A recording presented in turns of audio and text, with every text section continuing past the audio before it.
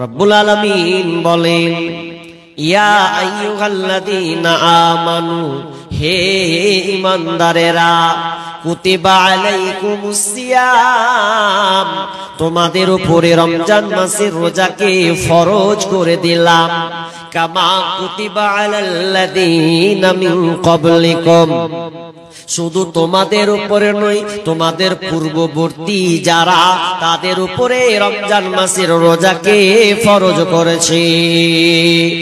আমাদের উপরে শুধু রমজান মাসের রোজা ফরজ হয়নি, বরং পূর্ববর্তী যত নবী আউলিয়া, যত নবীদের উপরে যুগ গেছে, যত নবী বিদায় নিয়েছেন, সবারই ক্ষেত্রে এই আপনার কিনা রোজাটা ফরজ করা হয়েছিল। শুধু শুনলেন এই কেমন করে, অনেক রেফারেন্স আছে বন্ধুরে। শুধু আমাদের উপরে ফরজ নয়, আপনি নূহ আলাইহিস সালামের যুগে চলে যান, বিশ্বনবী বলছেন নূহ আলাইহিস সালামের যুগে এই রোজাটা ফরজ ছিল। কেমন রোজা? আমাদের মতন রোজা নয়, এটা তাদের সারা বছর রোজা ছিল। শুধু ঈদুল ফিতর এবং ঈদুল আজহা দুইটা ঈদ ছাড়া বাকি সারা বছর তাদের রোজা ছিল। এরপরে চলেন মুসা আলাইহিস সালামের সময়। মুসা আলাইহিস সালামের সময় রোজা ছিল। বিশ্বনবী যখন মক্কা থেকে মদিনায় হিজরত করলেন, হিজরত করার পর তিনি ইহুদিদেরকে দেখতে পেলেন, ইহুদিরা কিন্তু রোজা রাখছে। তাদেরকে জিজ্ঞাসা করা হলো, আচ্ছা তোমরা কেন গো আজকে তোমরা রোজা অবস্থায় রোজা রাখো? তখন ইহুদিরা বলল, আমরা এই দিনে রোজা রাখি যে এই দিনটা এত গুরুত্বপূর্ণ একটা দিন, যে মুসা আলাইহিস সালাম তার কওমকে ফিরাউনের হাত থেকে রক্ষা করেছেন, আর ফিরাউনকে শেষ করে দিয়েছেন, তার বংশতাজ ধ্বংস করে দিয়েছেন। এই জন্য আল্লাহর সন্তুষ্টির জন্য এই রোজাটা আমরা রাখি। সব যুগে রোজা। তাহলে আর নবী দাউদ আলাইহিস সালামের সময় রোজা ছিল। আল্লাহ রাসূল বলেছেন, আল্লাহর কাছে সবচাইতে প্রিয় পছন্দনীয় রোজা ছিল দাউদ আলাইহিস সালামের রোজা। কারণ দাউদ আলাইহিস সালাম একদিন করে রোজা রাখতেন আর একদিন করে ছাড়তেন, একদিন করে রাখতেন আর একদিন করে ছেড়ে দিতেন। শুধু তাই নয়, এভাবে করে ঈসা আলাইহিস সালামের পূর্বে এবং পরে পর্যন্ত প্রমাণ পাওয়া যায়। যেমন আল্লাহ মারিয়ামকে বললেন, ইন্নী নাযারতু লিররহমানি সাওমান। আল্লাহ তাআলা বললেন, মারিয়াম রে, তুমি বলে দিবে লোক জনগণকে যে আমি আল্লাহর উদ্দেশ্যে, আমি পরম করুণাময় আল্লাহর উদ্দেশ্যে মান্নত করে আমি রোজা রেখেছি, অতএব আমি কারো সঙ্গে কোনো কথাই বলবো না। রোজার প্যাটার্ন ছিল, কিন্তু আমাদের মতন কি না। এক একটা যুগে এক এক রকম রোজা ছিল। এমন কি 2 হিজরিতে যখন রোজা ফরজ হলো আমাদের উপরে, তো সেই সময়ে রোজাটা কেমন ছিল জানেন? রোজা খুব কঠিন, আমাদের চাইতে খুব কঠিন রোজা। আপনি ইফতার করবেন, এখন একজন সাহাবী ইফতার করবে, রালকারা আপনার কিনা রাত পর্যন্ত যা খেলেন ঘুমিয়ে গেল, আর সাহারি খেতে হবে না, ভোর রাত্রে উঠতে হবে না। তার মানে একেবারে সন্ধ্যার সময় তাকে ইফতার করতে হবে। এমন সময় ওই লোকটা বলছে, বিবি রে, আমি ইফতার করব, তো আমাকে কিছু খাবার দাও। এই খাবার দাও বলে লোকটা ক্লান্ত অবস্থায় আছে, যেমন ঘুমিয়ে যাওয়া, তো ঘুমিয়ে গেলে কিন্তু আর ওই ব্যক্তি খেতে পাবে না। কত কঠিন দেখেন। যদি কোনো ব্যক্তি খাওয়া দাওয়া যদি নাও করে আর এই হালাতে যদি ঘুমিয়ে যায়, তাহলে আর আবার তাকে পুরো আপনার কিনা 24 ঘন্টা যে আবার রাত থেকে ঘুরবে, তো ওই 24 ঘন্টায় তাকে 36 ঘন্টা তাকে রোজা অবস্থায় থাকতে হবে। এত কঠিন। বিবিকে বলছে যে খাবার আছে, তো খাবার দিয়ে, বলছে খাবার যে নেই জি, পাশের বাড়ি থেকে দেখছি খাবার জড়ো করছি, তুমি বসো। ইয়াকে বসো বলেছে, তো বসবে কি? ক্লান্তি মানুষ, ঘুম না পেলে কি আর ক্লান্তি দূর হয়? ঘুমিয়ে গেছে অনেকক্ষণ, 2-3 ঘন্টা পর বিবি এসে কইছে, হাজি আর বা হাজি, এরে আল্লাহ কি করলা গো স্বামী? তুমি তো ঘুমিয়ে গেছো আর খেতেও পাবা না, আবার ঘুরিয়ে যখন সন্ধ্যা হবে তখন তুমি খেতে পাবে, তার আগে তুমি কিছুই খেতে পাবে না। যখন খেতে খেলো না এমন সময় লোকটা কাজের জন্য গেল, তো দুপুর যেমন হয়েছে অজ্ঞান হয়ে চিটপাটাং হয়ে গেছে, কারণ সে খাবার খেতে পায়নি। তাকে লোক ধরলো, ধরার পর মুখে পানি দিল, কোন রকম রোজাটাকে ভাঙালো। বিশ্বনবীর কাছে খবর গেল এই রকম হয়েছে। তখন নাজির হয়ে গেল কি না, তুমি ইফতার করো, ইফতার করার পর তুমি ঘুমাও, খাও, স্ত্রী নিয়ে তুমি আনন্দ ফুর্তি করো, কোনো অসুবিধা হবে না। খুবই কঠিন। তাহলে রোজা কত গুরুত্বপূর্ণ।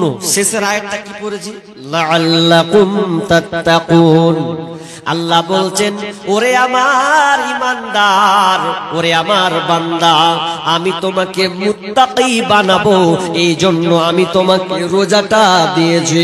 এই রমজান মাসে রোজা এই জন্য দিলাম, আমি তোমাকে আল্লাহ ভীরু বানাবো, তাকওয়া বানাবো, এই জন্য আমি এই রোজাটা ফরজ করলাম।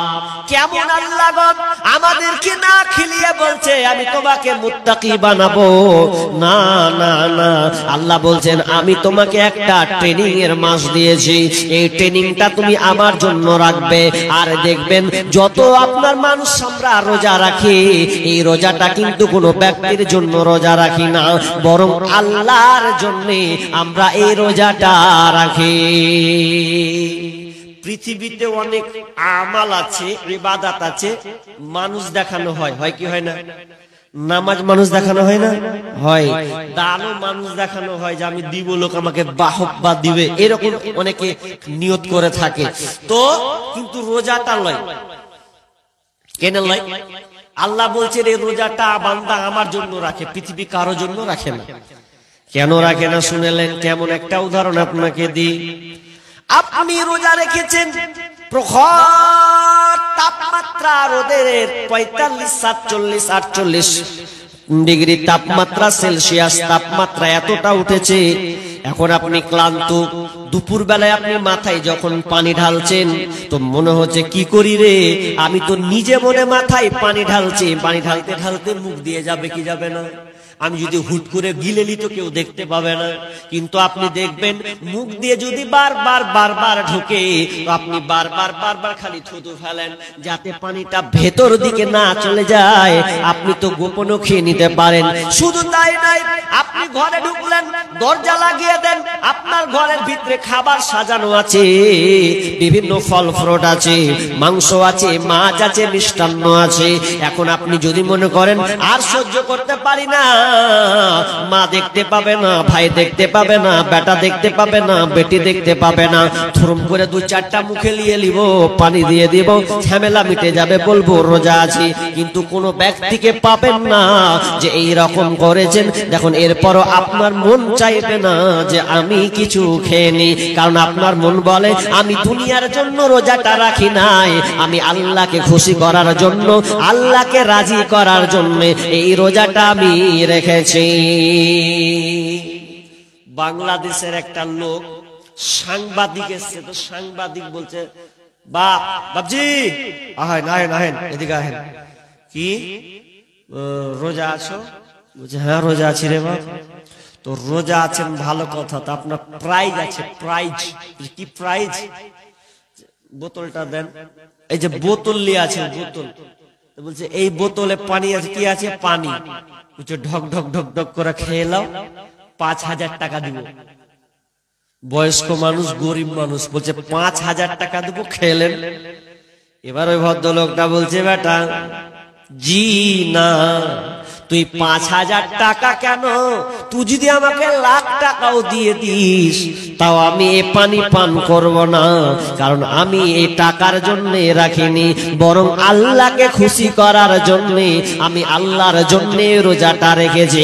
তোমার 5000 নিয়ে আমার কোনো লাভ হবে না, কারণ বছরে একটা মাস হচ্ছে সিয়াম, এটা আমাদের জন্য ফরজ করা হয়েছে।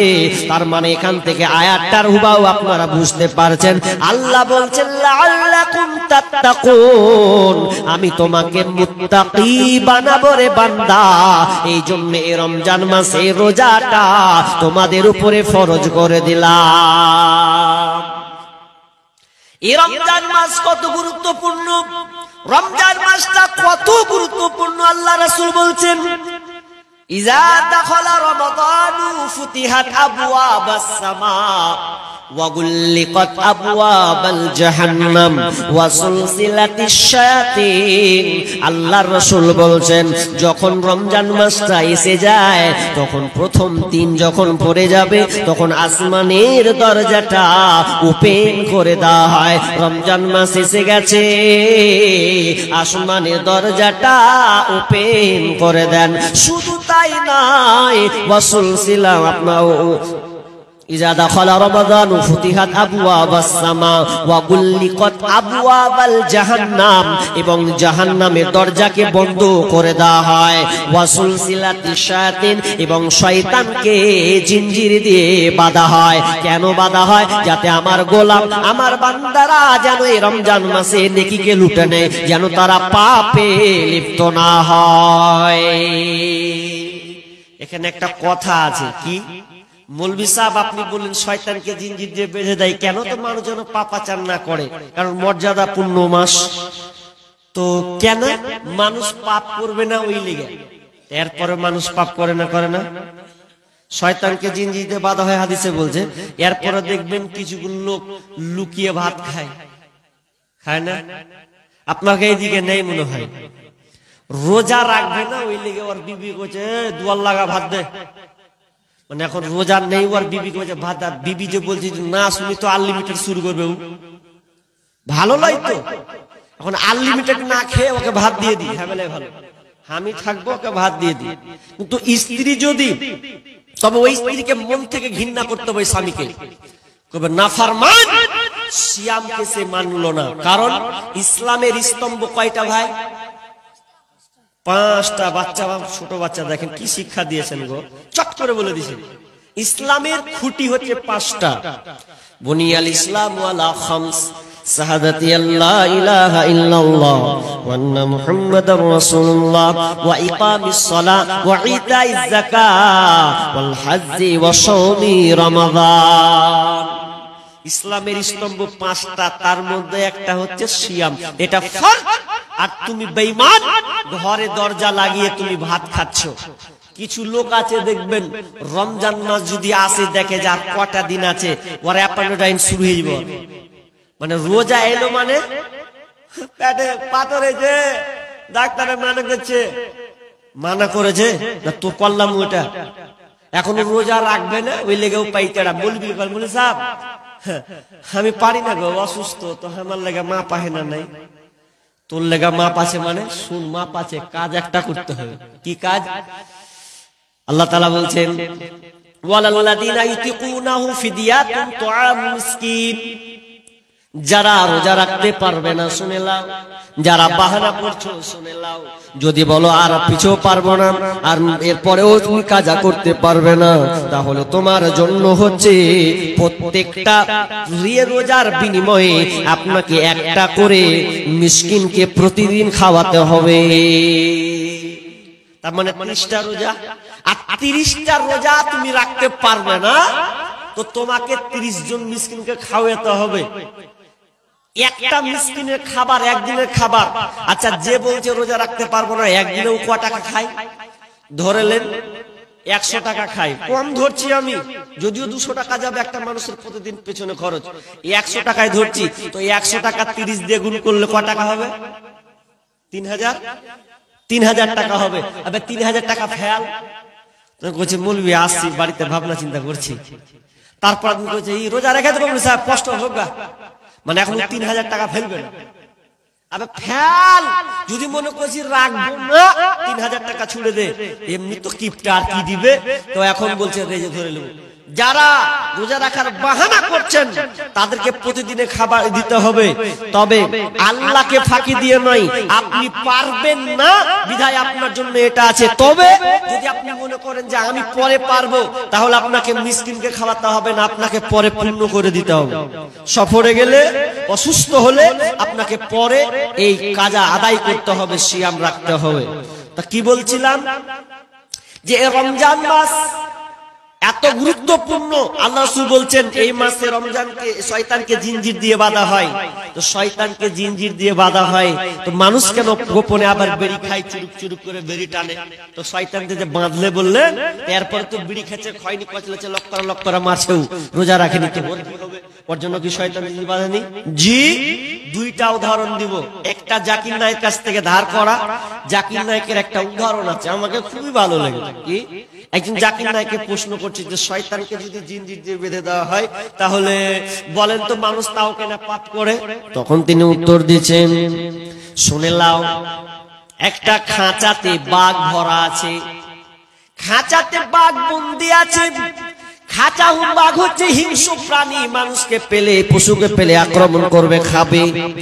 এখন তুমি ওই খাঁচাটার ভেতরে আছে বাঘ, এখন তুমি আছো বাহিরে, আর এখন যদি ওই সময় বাঘটার ধারে কাছে যদি তুমি যাওয়ার চেষ্টা করো, তাহলে বাঘ তোমাকে আক্রমণ করবে কি করবে না? করবে।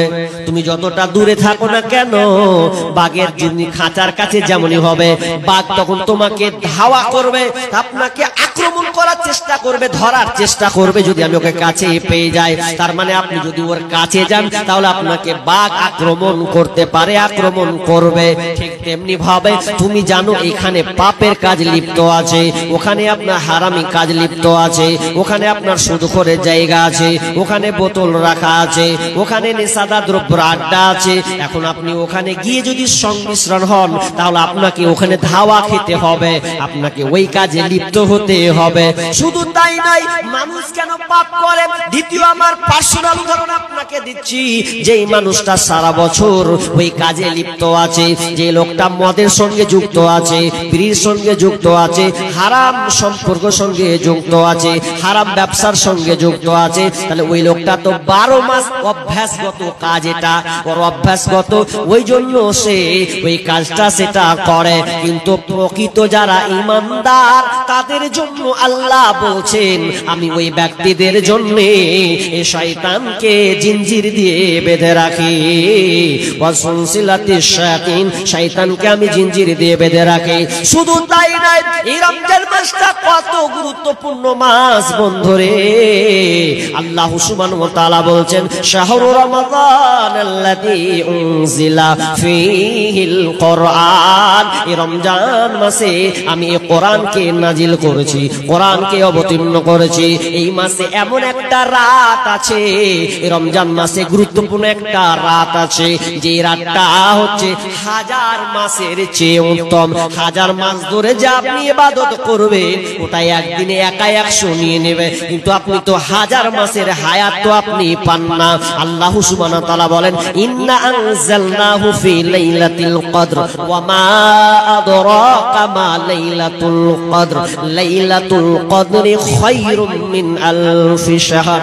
মানে এই রমজান মাস একটা রাত আছে 1000 মাসের চেয়ে উত্তম। আর কি আছে? আপনার দিলটাকে নরম করার জন্য আপনি যেন আগ্রহীতা হন আজ থেকে, ওই জন্য আপনাকে বলছি এই রমজান মাস কত গুরুত্বপূর্ণ। এবার রোজা রাখলে কি ফায়দা গো? কয়েকটা ফায়দা আছে। একটা হাদিসের রেফারেন্স দিই আপনাকে।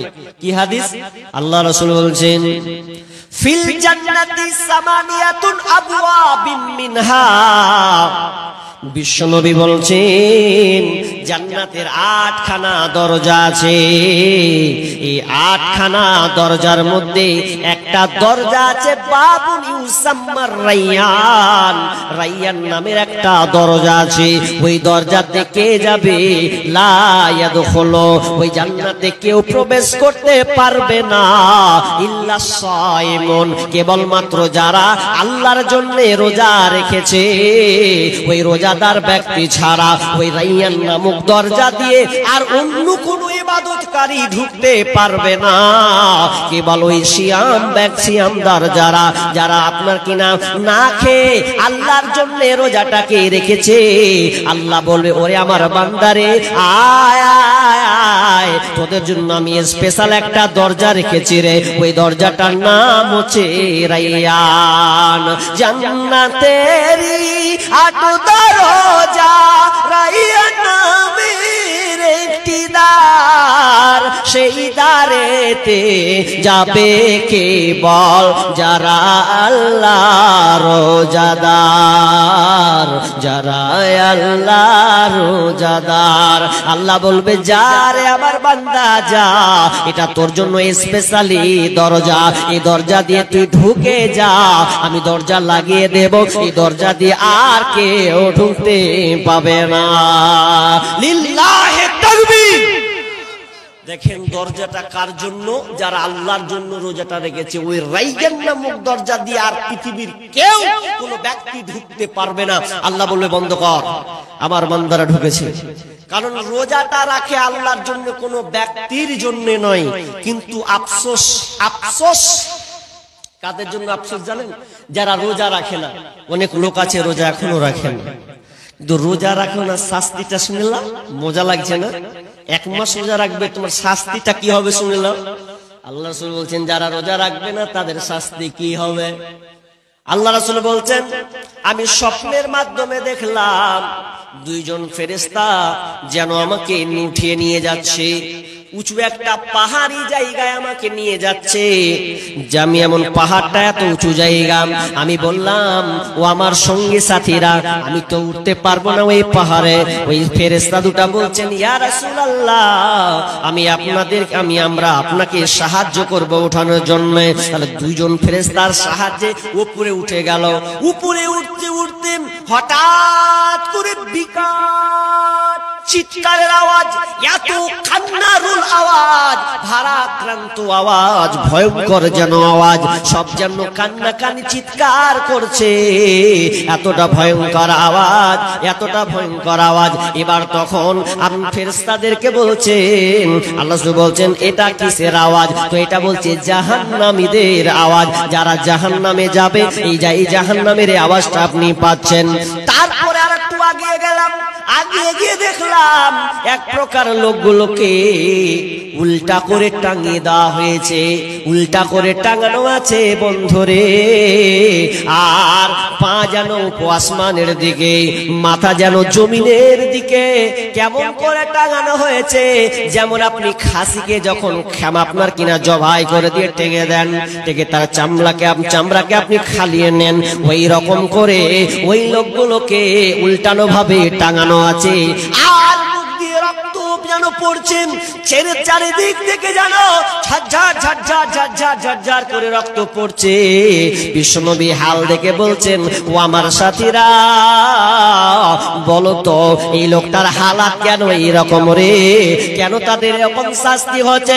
পা কেন আসমানে, মাথা কেন জমিনে ঝুলানো আছে? তখন ওই সঙ্গী সাথীরা বলছেন, ফেরেশতারা বলছেন ইয়া রাসূলুল্লাহ এই লোকটা হচ্ছে ওরা যারা কিনা দিনে খাবার খেয়ে নিত, যারা দিনে খাবার খেত, তার মানে এক কথায় তারা রোজাকে রাখতো না। আবার তরজমায় করেছে যে ইফতারি করার আগেই খেয়ে ফেলতো, তার মানে ওরা রোজা রাখতো না, ওরা নিজের মন মতন করে চলতো। এই জন্য যারা রোজা রাখে না তাদের জন্য এই আযাবটা হচ্ছে। শাস্তি লাও, রোজা রাখবে না তো বুঝিয়ে দেবে তোমাকে, রোজা তোমাকে রাখতেই হবে। আল্লাহ রাসূল বদদুয়া দিয়ে গেছেন গো, বদদুয়া। আল্লাহ রাসূল যখন মেম্বারে উঠছেন তো মেম্বারে উঠতে প্রথম সিঁড়িতে পা, দ্বিতীয় সিঁড়ি, তৃতীয় সিঁড়ি। প্রথমে পা দিছে বলছে আমিন, দ্বিতীয় ধাপে দিছে তা বলছে আমিন, তৃতীয় ধাপে লিখে দিয়ে বলছে আমিন। সাহাবীরা অথভম্ব হয়ে গেল, জীবনে এরকম তো দেখিনি, 3 বার আমিন আমিন বললে কেন? সাহাবীরা জিজ্ঞাসা করছেন মা কুনতা হাদা তাসনাউ। বিশ্বনবী আল্লাহ রাসূলকে সাহাবীরা জিজ্ঞাসা করছেন মা কুনতা তাসনাউ হাযা, হে আল্লাহ রাসূল আপনি এই রকম কেন করলেন? তিনবার আমিন আমিন বললেন। এই রহস্যটা আমরা বুঝতে পারলাম না, একটু বলে দেবেন কি? বিশ্বনবী বলছেন, আমার সাহাবীরা রে, আমার কাছে এইমাত্র জিবরিল আমিন এসেছিল রে। আমি যখন প্রথম সিঁড়িতে যখন পা দিলাম, তখন জিবরিল আমিন বলছে, যারা নবীর নাম শোনার পর দরুদ পড়ল না, ওই ব্যক্তিটা ধ্বংস হয়ে যায়। তখন আমি সঙ্গে সঙ্গে বললাম আমিন। কি বুঝলেন? আল্লাহর নবী নবীর নাম শোনার পর যারা দুরূদ পড়ল না, মানে মুহাম্মদ বলতে হবে সাল্লাল্লাহু আলাইহি ওয়াসাল্লাম। অনেক লোক কিন্তু বলে না কিংবা জানে না, এরকম আছে। মসজিদের খুতবা হয় কি, হ্যাঁ না, খুতবা হতে হতে ইমাম কতবার যে মুহাম্মদ বলে, আর আপনি খেপার মতো একটা কি আছে না। যখন যে কেউ শুধু খুতবাতে নয়, আপনার সামনে কেউ যদি নবীর নাম উচ্চারণ করে, তো শর্টকাটে আপনাকে বলতে হবে সাল্লাল্লাহু আলাইহি ওয়াসাল্লাম। এটা মুখ নড়াবেন, যদি না নড়ান তাহলে আপনার বিপদ। এটা বদদুয়া আমার নয়, কোন সভাপতির নয়, বরং বিশ্ব নবী বদদুয়া দিয়েছেন যে নবী আমার নাম শোনার পরে দুরূদ পড়ল না, ওই ব্যক্তিটা ধ্বংস হয়ে যায়। আবার দ্বিতীয় ধাপে যখন পা দিলেন, আবার বললাম আমিন, তখন জিবরিল আমিন বলছেন, যেই ব্যক্তি মা বাপকে পেল, বাপ কিংবা মাকে বাধ্যকে পেয়েছে, কিন্তু বাপ মায় খিদমত করে জান্নাত নিতে পারল না, ওই লোকটা ধ্বংস হয়ে যাক, ওই লোকটা ধ্বংস হয়ে যাক। কি বদদুয়া গো! যার বাড়িতে বাপ মা আছে বেঁচে, মা কিংবা বাপ বেঁচে আছে, আর বেঁচে থাকা কালীন সেই ছেলেটা বাপের মায়ের খিদমত করে জান্নাত নিতে পারলো না, ওই ব্যক্তি ধ্বংস হয়ে যায়। আহ, কি বদদুয়া! বাপ মা বেঁচে আছে, এরপর আপনি মাস্তানি করে ঘুরে বেড়াচ্ছেন, বাপের কথা শুনেন না, মায়ের কথা শুনেন না। মা কাকে বলা হয়? বন্ধু ভাই, তোমাকে বলি, মায়ের অবদান তুমি জানো না। মা কাকে বলা হয়? আমার ক্ষুদ্র জ্ঞান, আমি কোরআন হাদিস দিয়ে যত স্টাডি করেছি, যতগুলো বই আমি পড়েছি, অন্যান্য বিষয়ের চাইতে মা বাপের ব্যাপারে আল্লাহ তাআলা একটা একটা করে আলোচনা করেছেন, কিন্তু অন্য কোনো বিষয়ে পঙ্খানুভাবে কোরআনে একটা একটা করে আলোচনা নাই। যত মা বাপের ব্যাপারে একটা একটা করে বলেছেন। শুধু তাই নয়, যখনই আল্লাহর কথা বলেছেন, তো আল্লাহর পাশের মা বাপের কথাটাকে নিয়ে এসেছেন। যখনই আল্লাহর কথা বলেছেন, দেখবেন ওই আয়াতের পাশে পাশে মা বাপের কথাটা আছে। কেন? তো বাপ মা এমনই একটা জিনিস, আপনার বাপ মা বেঁচে আছেন, আর আপনি মা বাপ যদি আপনার উপরে অসন্তুষ্ট থাকে, আর যতই আপনি রোজা রাখেন, নামাজ পড়েন, যতই পরহেজগারিতা দেখান, বাপ মা যদি অসন্তুষ্ট থাকে, তাহলে তোমার কোনো লাভ নাই, তুমি জান্নাত নিতে পারবে না। মায়ের চোখে ঝরলে পানি, আল্লাহর আরশ কাঁইপা যায়। মায়ের চোখে ঝরলে পানি, আল্লাহর আরশ কাঁইপা যায়। কান্দে না যেন মায়, কান্দে না যেন মায়। অতি কষ্ট সহ্য করে আদর সোহাগ দিয়ে শিশুকালে সন্তানের লালন করে মায়। সেই মায়েরই কষ্ট কেহ দিও না এই দুনিয়ায়, সেই মায়েরই কষ্ট কেহ দিও না এই দুনিয়ায়। কান্দে না যেন মায়, কান্দে না যেন মায়। বিদেশে বিপাকে যদি সন্তান মারা যায়, সবার আগে জানে তাহার জনম দুঃখী মায়।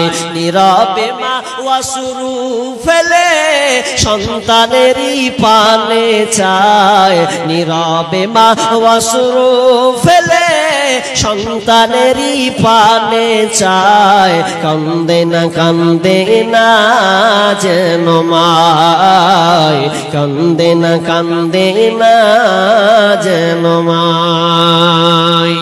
মাকে আপনি কষ্ট দিতে পাবেন না। অনেক আয়াত আছে, ছোট্ট করে একটা আয়াত আপনি নিয়ে নেন। আল্লাহ সুবহানাহু ওয়া তাআলা বলছেন, ওয়া ওয়াসাইনাল ইনসানা বিওয়ালিদাইহি হামালাতুহু উম্মুহু ওয়াহানান আলা ওয়াহানিন ওয়া ফিসালুহু ফি আমাইন আনিশকুর লি ওয়া লিওয়ালিদাইক ওয়া ইলাইয়াল মাসির। আল্লাহ বলছেন, ওয়া ওয়াসাইনাল ইনসানা বিওয়ালিদাইহি, তোমরা পিতামাতার সঙ্গে ইহসান করো, ভালো ব্যবহার করবে। হামালাতুহু, অবশ্যই ইনসানা বিওয়ালিদাই হামালাতুহু উম্মুহু, তোমার মা তোমাকে কষ্টের সাথে তোমাকে বহন করেছে, পেটে তোমাকে কষ্টের সঙ্গে বহন করেছে। ওয়াহানান আলা ওয়াহানিন, দুর্বলতার উপরে দুর্বলতা স্বীকার করেছে। তুমি সন্তান পেটে আছো, তুমি 6 মাস হয়েছো, 7 মাস হয়েছো, 8 মাস হয়েছো, মায়ের পেটটা যত দিন দিন দিন দিন বাড়বে, মায়ের কষ্ট তত দিন দিন দিন বাড়ে। তুমি যখন বড় হও, মায়ের পেটে কত লাথি মারো, কত কুতা তুমি মারো, কত যে জায়গায় মায়ের ব্যথা হয়। কারণ মা বসে সুখ পায় না, দাঁড়িয়ে সুখ পায় না, খেতে সুখ পায় না, শুয়ে কোনো মতে সুখ পায় না। মা শুধু ছিটপিটি শুরু করে দেয় সামান্য তোমার কারণে। তুমি পেটে আছো বলে তোমার মা খাবার ঠিক মতন খেতে পারে না। আল্লাহ বলছেন, ওয়াহানান আলা ওয়াহানিন ওয়া ফিসালুহু আমাইন, এবং তোমার মা তোমাকে 2 বছর পর্যন্ত দুধ পান করিয়েছে। তোমার মা তোমাকে 2 পর্যন্ত তোমাকে দুধ পান করিয়েছে। অথচ হতভাগা আমরা বুঝলাম না মায়ের অবদান কতটা আছে।